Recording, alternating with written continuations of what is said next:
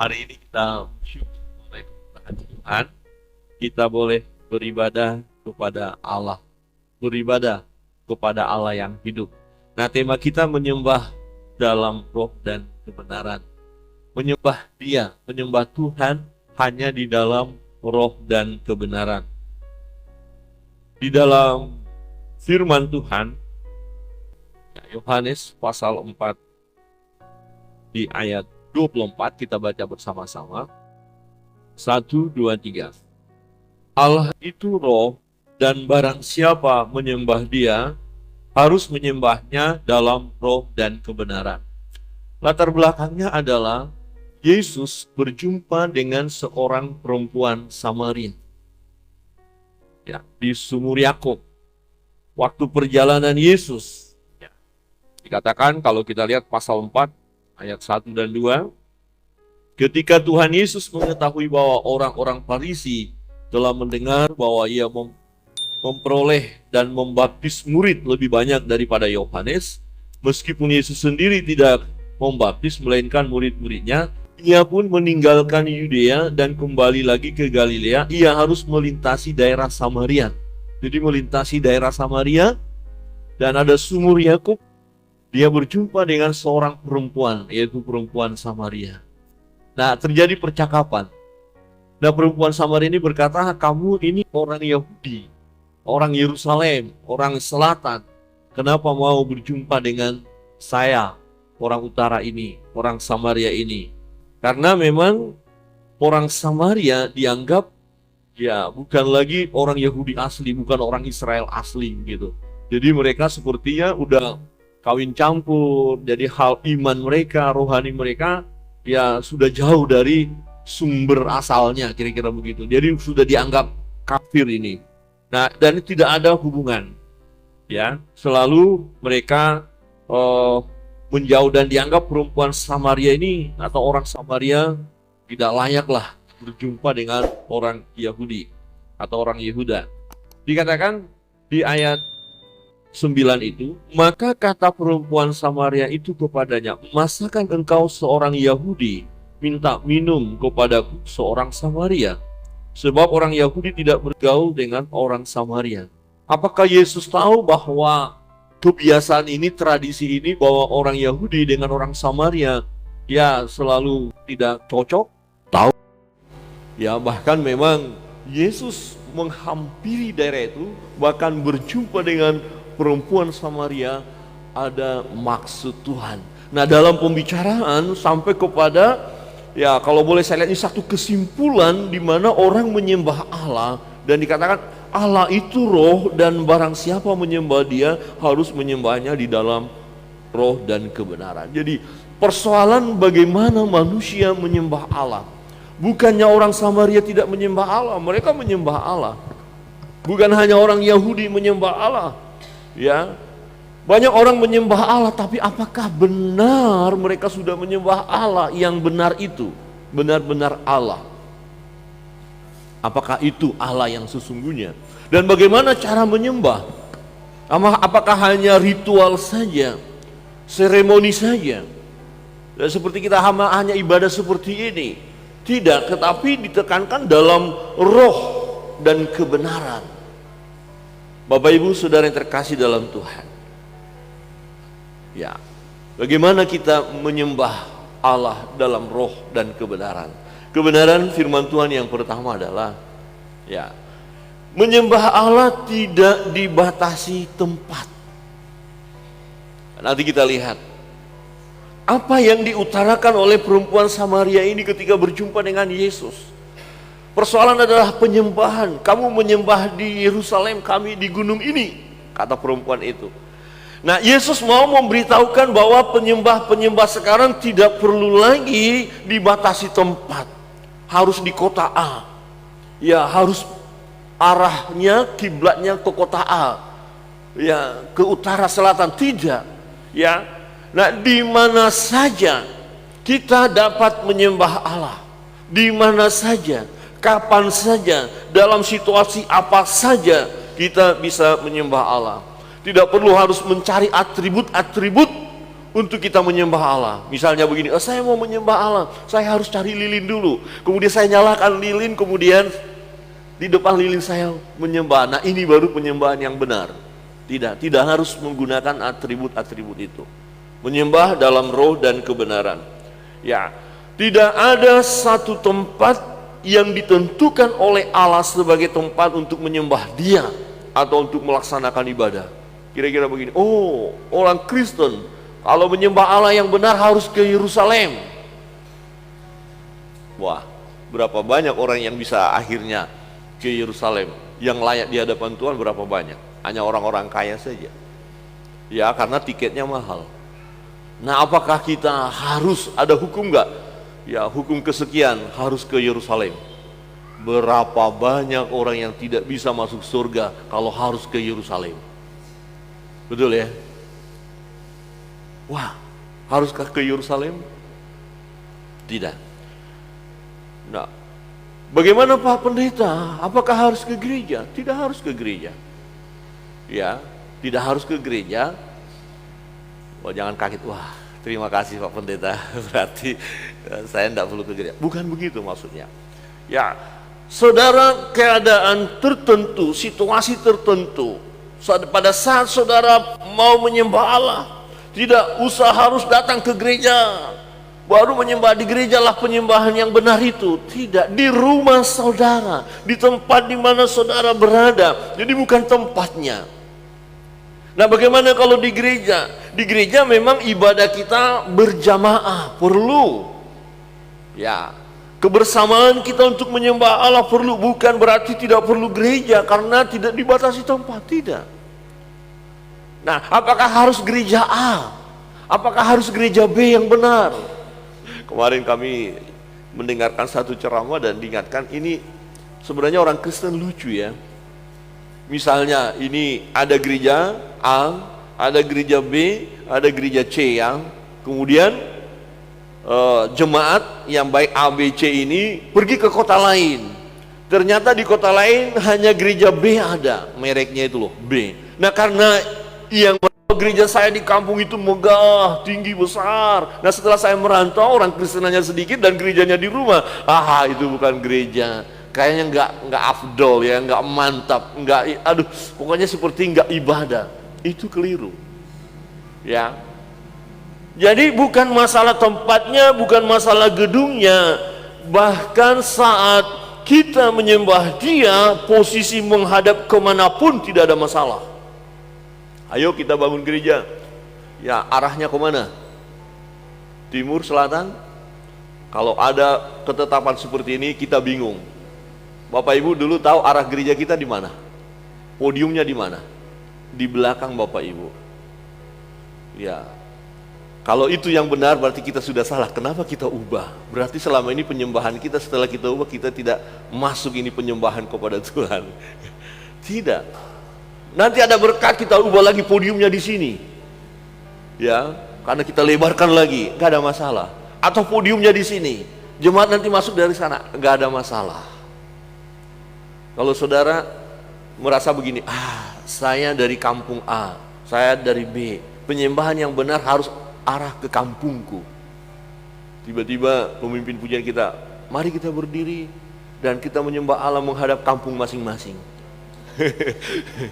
Pak Sony dengan Pak Yusuf, oke, nggak ada masalah, searah. Tapi yang nggak searah, kemudian ternyata berlain arah, berhadap-hadapan. Halo, menyembah ini, kok ketemu lagi? Nggak ada. Saudara, tidak dibatasi tempat. Jadi jangan menghambat diri kita untuk menyembah Allah karena ini bukan tempatnya, ini bukan, harus ke sana. Tidak. Perempuan Samaria ini, ia masih terikat dengan kebiasaannya. Perhatikan, kita baca ayat 22. 1, 2, 3. Nenek moyang kami menyembah di atas gunung ini, tetapi kamu katakan bahwa Yerusalemlah tempat orang menyembah. Nenek moyang kami, kebiasaan kami. Memang kita keluar dari kebiasaan ini nggak gampang. Meninggalkan tradisi tidak gampang, meninggalkan budaya tidak gampang. Padahal nyata-nyata kita tahu budaya itu nggak sesuai dengan firman Allah. Tapi kok begitu sulit ya?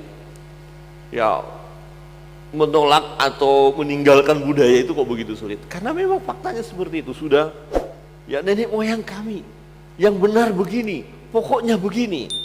Nah untuk itu Yesus menghampiri perempuan Samaria itu.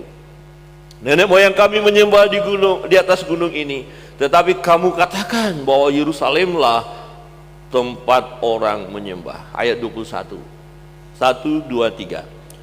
Kata Yesus kepadanya, ya memang harus di Yerusalem. Tidak. Harus di sini. Tidak. Dia tidak menyalahkan perempuan. Ya, dia juga tidak membenarkan orang Yahudi. Jadi kalau kita berpatokan harus di Yerusalem, wah, salah. Harus di gunung ini, di gunung Gerizim, oh salah. Artinya di mana saja, ya, bahwa kamu akan menyembah Bapa bukan di gunung ini dan bukan juga di Yerusalem. Ya. Kalau kita lihat latar belakang memang dalam perjalanan hidup bangsa Israel, ya memang dari sana penyembahan mereka menyembah Allah ya. Orang di luar Israel ya dikatakan kafir, kita belum menyembah Allah yang benar. Ya, nenek moyang kami dikatakan keturunan Yakub. Karena Abraham, Ishak, Yakub. Ya, kepada orang-orang inilah Allah menyatakan dirinya kemudian kepada keturunannya. Tetapi maka dikatakan percayalah kepadaku hai perempuan, saatnya akan tiba. Jadi tidak lagi dibatasi oleh tradisi atau kebiasaan dari nenek moyang, bukan lagi penyembahan kita berdasarkan Abraham, Ishak, Yakub, bukan lagi. Tetapi karena sudah digenapi di dalam Yesus, di luar orang Yahudi, semua orang yang menyembah Allah di dalam roh dan kebenaran, penyembahannya itu diterima oleh Tuhan. Amin. Penyembahan saudara dan saya diterima oleh Tuhan, walaupun tidak ada garis keturunan Yahudi kita ini. Ya. Jadi kita tidak dapat berkata, oh nenek moyang kami. Nah perempuan ini berkata, nenek moyang kami. Tetapi Yesus mengatakan, tidak lagi di gunung itu, tidak lagi di Yerusalem. Artinya Bapak Ibu Saudara yang terkasih dalam Tuhan, sebagai anak-anak Tuhan, sebagai orang percaya, jangan lupa kita untuk datang kepada Tuhan, menyembah Dia, sebab Dia Allah yang hidup. Allah itu roh. Berarti dia tidak dibatasi oleh ruang dan waktu. Allah itu roh, dan kita menyembah dia di dalam roh dan kebenaran. Roh kita, segenap hati kita, fokus kita menyembah dia. Di mana saudara berada ketika menyembah Allah, di situ Allah hadir. Dia Allah yang maha hadir. Kemudian kita bisa berseru kepada dia dimanapun, dalam situasi apapun. Dan penyembahan kita, di mana kita sungguh-sungguh dalam hadirat Allah, artinya fokus, pikiran kita nggak kemana-mana, maka penyembahan kita layak di hadapan Tuhan, atau penyembahan kita diterima oleh Allah. Jadi tidak sia-sia kita menyembah Allah. Kita bersyukur karena tidak dibatasi tempat. Tidak harus kita bepergian kemudian kita menyembah Allah, kita harus bawa kompas ke arah mana kita menghadap. Memang kalau kita lihat dalam kitab Daniel, ketika Daniel ada di pembuangan di Babel, 3 kali sehari dia berdoa dan kiblatnya adalah Yerusalem. Dia naik ke loteng dan menghadap Yerusalem. Itu terus menerus mereka lakukan, menjadi satu kebiasaan karena mereka harus ingat asal mereka ya dari Yerusalem. Tetapi sekarang tidak harus ya ke arah Yerusalem dan tidak harus pergi ke Yerusalem. Tetapi kalau ada berkat Tuhan, ya tidak salah juga ke Yerusalem untuk menikmati ya suasana indah atau juga wisata rohani atau mengenang bagaimana perjalanan Tuhan Yesus. Boleh. Ya. Kalau saya ditawarin Pak Pendeta mau ke sana, mau, cuman uangnya belum ada. Oh saya bayarin Pak Pendeta, oh mau sekali. Halo, ada amin? Nanti sepakat, jemaat langsung berunding. Kayaknya Pak Pendeta mau ke sana sama Ibu Gembala. Mari kita kumpulkan dana. Tapi pernah orang berkata kepada saya, kalau kamu punya dana, katakan 25 juta. Bagaimana? Kamu langsung ke sana atau dana itu kamu pakai untuk buka pos PI? Saya katakan untuk sekarang buka pos PI dulu. Karena Tuhan katakan Yerusalem, Yudea, Samaria, ujung bumi. Bukan ujung bumi ke Yerusalem. Jadi kalau ada berkat, lebih baik kita buka dulu pos PI. Ada amin? Amin? Ya, jadi kumpulkan dana, kita buka pos PI lebih banyak lagi. Nanti ya ada waktunya ke Yerusalem. Kebenaran yang kedua, Bapak Ibu Saudara yang terkasih dalam Tuhan, kita harus mengenal siapa yang menjadi pusat penyembahan kita. Ini yang penting. Ya, jangan berkata, Pak Pendeta saya orang Kristen, dari kecil saya sudah ke gereja. Apa sudah yakin, tahu betul siapa yang kita sembah? Kemarin waktu ibadah ya wisuda, Bapak Pendeta Esra Soru berkhotbah dan dia punya pengalaman waktu ada tantangan.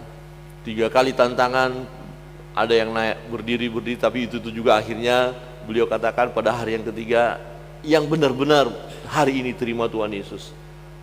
Ya. Dan ada 7 orang. Kemudian diulang lagi, yang benar-benar hanya terima Yesus. Ada 7 orang dan salah satunya adalah seorang pendeta emeritus.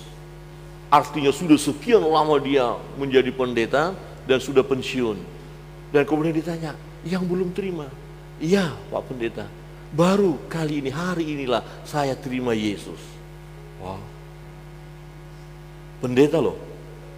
Jadi ternyata ada pendeta yang belum bertobat juga karena belum terima Yesus. Nah, apakah Bapak Ibu sudah bertobat, sudah terima Yesus? Coba lihat kiri kanan dan kasih senyum sedikit. Amin. Haleluya. Jadi waktu kita menyembah Allah, kita tahu siapa yang kita sembah. Allah yang hidup, Allah yang berkuasa. Ya, artinya ketika kita tahu siapa yang kita sembah, ini menjaga sikap kita. Coba kalau seorang pembesar datang, kita tahu dia pembesar. Bukankah kita tunduk? Yang mari Pak. Ya, hormat. Nah, jadi jangan kita hanya mengikuti tradisi, kita katakan kita menyembah Allah tetapi tanpa pengenalan akan Allah yang benar. Perempuan Samaria ini hanya mengikuti tradisi nenek moyang kami. Ya, kami merasa inilah yang benar, menyembah di sini. Tetapi kita lihat nanti bahwa memang perempuan ini ya mengetahui bahwa ya akan ada cara yang menyembah Allah dengan benar. Ya. Diingatkan oleh Tuhan, oleh Yesus kepada perempuan ini. Kita baca bersama-sama. Ayat yang ke-22, 1, 2, 3. Kamu menyembah apa yang tidak kamu kenal. Kami menyembah apa yang kami kenal. Sebab keselamatan datang dari bangsa Yahudi. Ingat, orang Samaria ini keturunan dari Yakub, Abraham, Ishak, Yakub. Tetapi setelah kerajaan Salomo pecah menjadi 2, mereka terbagi 2. Dan mulai dari situ ada penyembahan-penyembahan yang tidak lagi sama dengan orang Yahudi. Ya. Nah, Yesus berkata, kamu menyembah apa yang tidak kamu kenal. Yesus tahu bahwa kebiasaan orang Samaria, nenek moyang mereka yang berseru Allah Allahku kepada Allah, tapi sebenarnya Allah yang mereka sembah itu bukan Allah yang sesungguhnya. Sebab keselamatan datang dari bangsa Yahudi. Yesus mau mengatakan penyembahan itu harus berasal dari bangsa Yahudi. Dan nanti kita melihat Yesus mau menyatakan bahwa penyembahan yang benar harus sampai kepada Dia, Kristus itu. Jadi kalau kita menyembah tapi tanpa pengenalan akan Yesus, tanpa percaya kepada Yesus, penyembahan kita itu sia-sia. Kita berseru, ya Allah, tapi Yesus kita bilang bukan Allah. Yesus bukan Tuhan. Maka penyembahan kita sia-sia. Hanya menyembah yang kita pikir Allah, tapi sebenarnya bukan Allah. Ada banyak orang yang belum berjumpa dengan Yesus Betapa setianya mereka menyembah Allah mereka. Tetapi apakah itu adalah Allah? Melalui pengalaman perempuan Samaria ini, Yesus mengatakan, kamu menyembah apa yang tidak kamu kenal. Ada banyak orang Kristen yang sejak lahir menyebut dirinya orang Kristen, menyebut Allah, tapi pengenalannya akan Allah tidak ada. Ya, kelihatan dari praktek hidupnya, ya, sikap hidupnya. Ya, Allah itu apa? Ya, lewat saja. Tuhan itu apa? Tidak mau tahu tentang Tuhan. Ada banyak orang Kristen tidak mau tahu tentang Tuhan, karena dia sebenarnya tidak ada pengenalan akan Allah. Yesus berkata, kami menyembah apa yang kami kenal, sebab keselamatan datang dari bangsa Yahudi. Ayat 23 bersama-sama.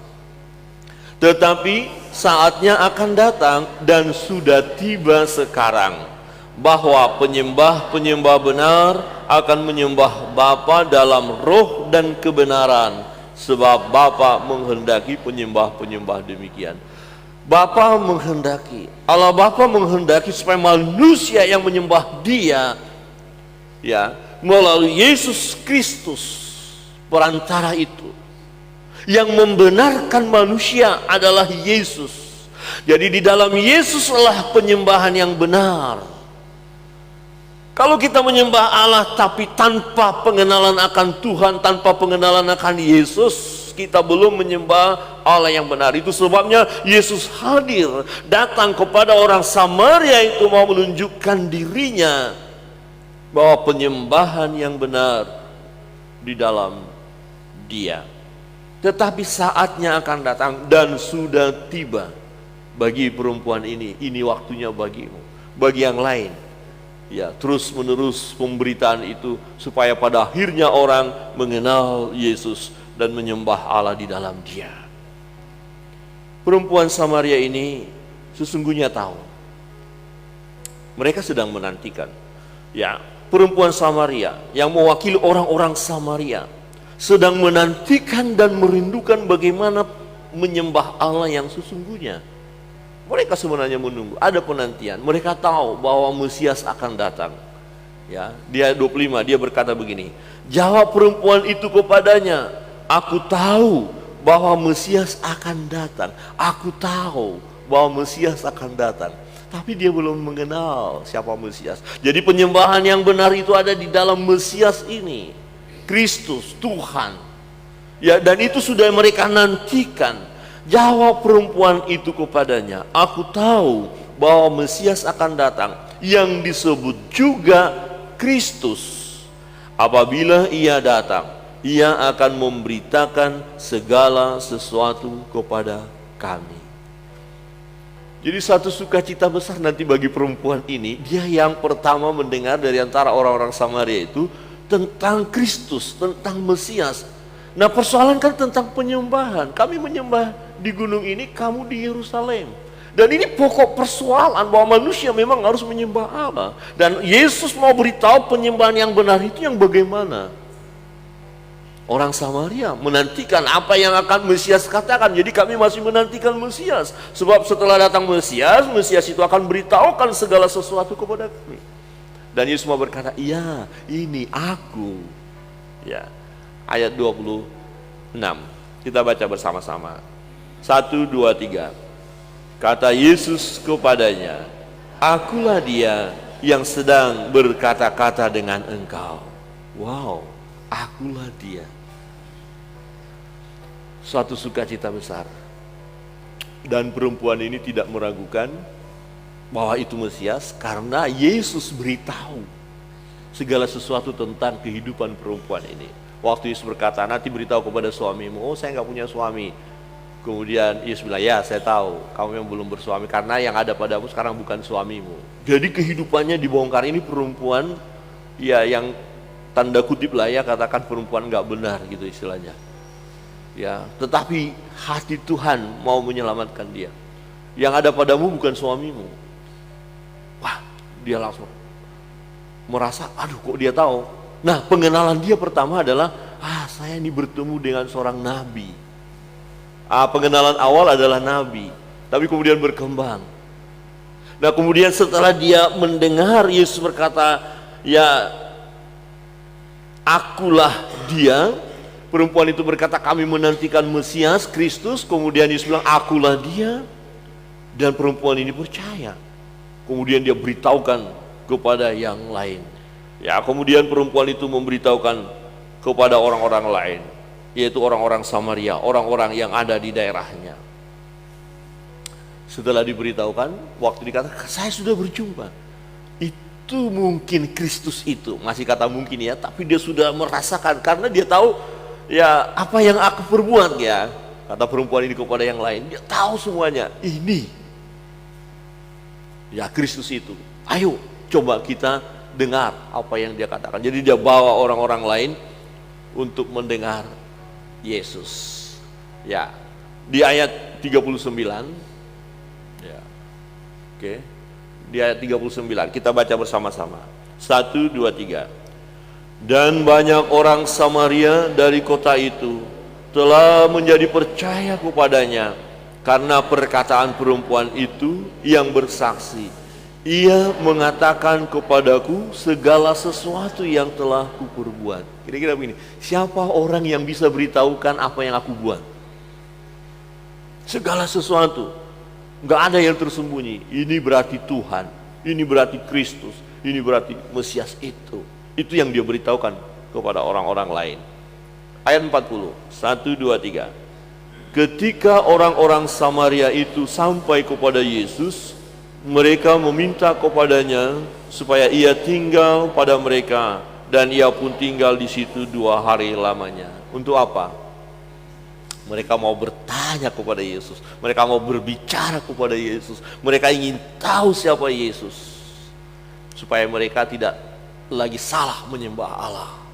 Ya, dan luar biasa, ya hasilnya.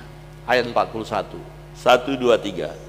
Dan lebih banyak lagi orang yang menjadi percaya karena perkataannya, perkataan Yesus. Jadi Yesus berbicara kepada mereka, Yesus beritahukan kepada mereka ya tentang dirinya, Mesias itu. Ya, dan keselamatan ada di dalam dia. Ya.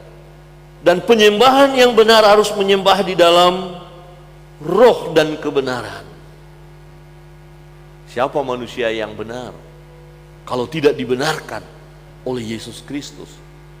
Saudara dan saya menjadi orang benar karena dibenarkan oleh Yesus Kristus. Kita beberapa hari minggu yang lalu sudah membahas itu. Posisi kita dibenarkan kita. Hanya Yesus yang bisa membenarkan kita yang sudah salah total ini. Jadi orang-orang benar ini layak menyembah Allah, dan penyembahan yang dilakukan oleh orang-orang benar ini adalah menyenangkan hati Tuhan. Amin. Ya. Kita kenal siapa Allah kita. Dia Tuhan, Allah yang berkuasa. Layak menerima penyembahan kita. Layak menerima yang terbaik. Ya. Di ayat 42, 1, 2, 3. Dan mereka berkata kepada perempuan itu, kami percaya, tetapi bukan lagi karena apa yang kau katakan, sebab kami sendiri telah mendengar dia, dan kami tahu bahwa dialah benar-benar juru selamat dunia. Keselamatan dari Yerusalem, dari Yehuda katakan. Dan itu digenapi oleh Yesus. Dan orang-orang Samaria berkata, bukan hanya perempuan lagi, tapi orang-orang yang lain, kami sudah mendengar. Jadi terjadi perubahan penyembahan lagi. Tidak lagi dibatasi lagi harus di gunung itu, harus di Yerusalem. Tapi menyembah di dalam roh dan kebenaran. Sebab Allah itu adalah roh. Dan menyembah dia di dalam roh dan kebenaran. Saudara yang terkasih dalam Tuhan, adakah kita sungguh mengenal siapa Allah kita, siapa yang kita sembah? Harus kita tahu, Allah Bapa, Anak, dan Roh. Ya, Yesus adalah Tuhan. Oleh Dialah oleh Yesus yang adalah juru selamat kita, juru selamat dunia. Kita layak di hadapan Allah dan penyembahan kita berkenan kepada Allah. Jadi jangan pernah ada di antara kita merasa penyembahan kita tidak sampai ke surga, penyembahan kita tidak sampai kepada Bapa. Kalau kita percaya Yesus bahwa penyembahan yang kita lakukan adalah berkenan kepada Allah, jikalau saat kita menyembah Dia, kita menyembah dengan sungguh-sungguh. Ya, Bapak Ibu datang ke gereja sekarang, kita menyanyi, mengangkat tangan, berdoa, itu rangkaian penyembahan kita. Tapi apakah Bapak Ibu sudah sungguh-sungguh menyembah Allah dalam roh dan kebenaran? Saya tidak tahu, pemimpin pujian tidak tahu, tetapi Tuhan tahu. Waktu saudara mengangkat tangan, tapi saudara mikir, tadi rumah belum digembok, saudara tidak lagi menyembah dengan fokus. Saudara berdoa, tapi kemudian doa, di tengah-tengah berdoa, saudara dibawa pikiran yang lain. Apa? Ingat, ya, beras sudah habis. Padahal tengah-tengah berdoa, ingat yang lain, ingat yang lain. Saudara sedang memuliakan Tuhan, tiba-tiba bunyi HP. Buka enggak ya? Buka aja deh. Kemudian saudara senyum-senyum sendiri. Yang di sini menyembah Tuhan, haleluya, saudara senyum-senyum sendiri. Kira-kira begitu contohnya. Berarti sekian banyak kita yang menyembah, Tuhan tahu siapa yang menyembah dalam roh dan kebenaran. Amin. Coba lihat kiri kanan dan katakan, Tuhan tahu loh, bukan saudara saya pun. Kadang-kadang jujur, beribadah, rasa lelah begitu luar biasa. Kok bisa-bisanya kita tidur? Iya. Saya katakan, aduh Tuhan nih, tolong nih. Tengking dalam nama Yesus ini. Punya pengalaman tidak waktu ibadah ada yang tidur? Tapi kalau ada yang tutup mata, jangan bilang itu tidur. Mungkin dia sedang konsentrasi penuh. Memuji Allah bisa saja. Ya, haleluya. Halo. Maka kebenaran yang ketiga, lihat. Tidak ada suatu ketentuan bagaimana cara menyembah Allah. Ya, kadang-kadang kemarin belajar dari orang Korea berkata gini, ada kesalahan daripada para misionaris. Ya, waktu dia memberitakan Injil, cara di negaranya harus diterapkan di negara yang baru. Nggak bisa. Kalau saudara terbiasa berdoa tenang, saya nggak boleh memaksa saudara, ya jangan diam aja, harus lompat-lompat, nggak bisa. Kalau saya biasa angkat tangan, jangan angkat tangan, jangan. Suatu ketika, ya saya ikut ada kerja di kapal, ya kapal kargo ya, kami anak muda, kemudian ada teman, dia orang Pentakosta, saya orang Protestan HKBP, dia orang Batak juga. Kemudian waktu kami di satu kota, ayo kita ke gereja.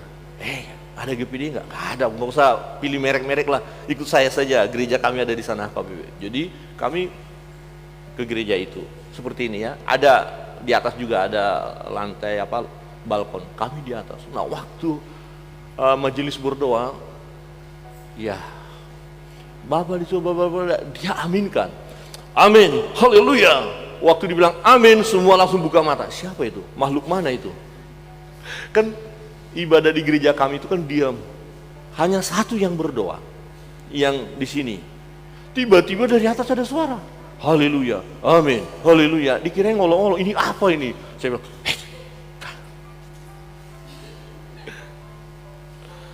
tapi kalau di sini terserah, kalau saudara mau teriak-teriak juga ya. Ada amin. Loh ada dah di satu gereja pendeta bilang ada amin, diam semua. Karena memang nggak boleh bilang amin, nggak boleh. Harus diam tenang. Nah, yang khotbah kan nggak ngerti. Ya, pokoknya diundang khotbah, ada amin. Ya masih ada amin. Berarti ini bagus lah, ada yang amin, ada yang diam. Oke kita terima deh. Ya, jangan bilang yang bilang nggak amin itu berarti dia nggak aminkan di hati. Tapi siapa yang tahu? Ada amin. Ya, jadi tidak ada satu ketetapan harus kita balaskan atau tidak, enggak. Hati saudara karena saudara menyembah Allah. Jadi menyembah harus dilakukan dengan sungguh-sungguh. Yang terpenting hati kita. Waktu kita menyembah Dia, memuji Dia, kita puji dengan segenap hati, dengan segenap jiwa. Tidak hanya sebatas perasaan. Hati-hati, jangan sampai kita menyembah Allah hanya disentuh perasaan kita saja. Tetapi hati kita tidak tersentuh. Tidak ada perubahan dalam hidup. Tetapi waktu menyembah seperti kita sedang melayang-layang. Bukan begitu penyembahan. Pikiran kita juga aktif. Jadi bukan hanya perasaan saja. Yang penting kita merasakan seperti melayang. Enggak. Kita tahu siapa yang kita sembah. Yaitu Allah yang benar. Dan sikap hati kita, tindakan kita. Jadi kita menyembah Dia dengan segenap hati kita, dengan segenap jiwa kita, dengan segenap kekuatan kita. Artinya tidak asal-asalan, tidak bermain-main, tidak bercanda-canda. Ya, ada waktu kami masih kuliah, ya kadang-kadang anak-anak sekolah teologi itu suka bercanda. Ya. Jadi bercandanya itu waktu menyanyi pujian. Ya. Waktu ku kan menari, senggol-senggol, ku kan menari. Saya bilang, kamu serius enggak itu? Kalau serius silakan, tapi kalau enggak berhenti. Ya, kalau serius juga ngajak teman, ayo nari dong, boleh. Tapi kalau nyanyi teo gitu ya. Cari gara-gara itu. Ini di hadirat Allah, ini dalam ibadah. Jadi boleh menari, ajak teman menari kalau memang pujiannya menari. Ya. Pada saat pujian himne tenang, ya kita tenang. Nah, gereja kita mau nari pada saat pujian nari, ya nari saja, tidak apa-apa. Pada saat pujian himne, ya kita tenang, tidak apa-apa. Karena kita tidak ditentukan harus cara begini. Ya, harus berdiri, harus duduk. Sebenarnya Bapak Ibu tahu nggak kenapa kita berdiri, kita duduk? Nggak ada aturan. Pada poin yang kedua harus berdiri, enggak. Kalau duduk terus kan lelah. Kalau berdiri juga bagaimana? Apa enggak lelah? Dari awal sampai akhir.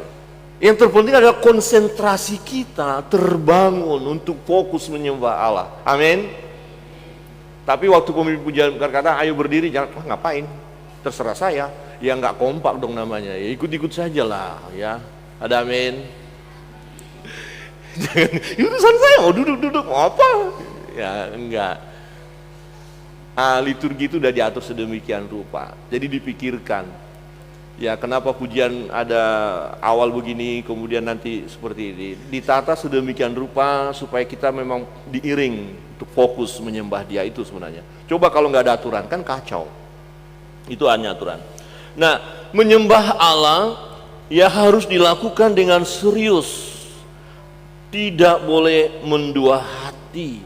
Itu sebabnya kita mempersiapkan diri kita untuk datang ke bait Allah, menyembah Allah. Kita sudah tahu kita sedang menyembah Allah. Bahkan anak-anak kita pun sudah kita latih. Nah, menyembah Tuhan. Kita ada di bait Allah. Kita datang bukan untuk bermain-main. Kita datang bukan hanya untuk rekreasi. Bukan untuk rekreasi, tapi menyembah Allah. Jadi sikap hati kita benar-benar mau menyembah Dia di dalam roh dan kebenaran. Menyembah Allah, sekali lagi saya katakan, ya, tidak hanya menyentuh perasaan saja, melainkan juga akal kita, seluruh keberadaan kita. Jadi jangan kita membuat ibadah ini hanya tradisi tanpa pengenalan akan Allah yang benar. Jangan kita membuat ya ibadah seperti ini hanya rutinitas saja, tetapi kita tidak menyembah di dalam roh dan kebenaran. Tidak hanya di gereja, dimanapun kita berada, kita menyembah Dia dalam roh dan kebenaran. Yesus mengatakan kepada perempuan itu, ya, supaya penyembah-penyembah adalah menyembah dalam roh dan kebenaran. Ayat 23 tadi katakan, tetapi saatnya akan datang dan sudah tiba sekarang bahwa penyembah-penyembah benar akan menyembah Bapa dalam roh dan kebenaran, sebab Bapa menghendaki penyembah-penyembah demikian.